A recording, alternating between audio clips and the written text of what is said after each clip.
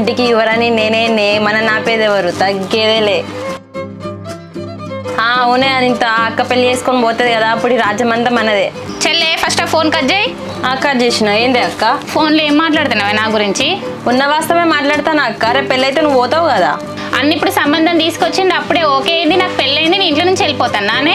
Okay అవ్వకపోవడానికి reason ఏముంది అక్క? మంచిగా 2 lakhs శాలరీ, బెంగళూరులో ఉంటాడు. నేనైతే ఇప్పటివరకు పెళ్లి చేసుకొని పోయేదాన్ని. అవునా అనే చెల్లె, నీకు అంత తొందర ఉంటే నేను అన్న వచ్చిన తర్వాత మాట్లాడతాను, నువ్వే చేసుకో పెళ్ళి.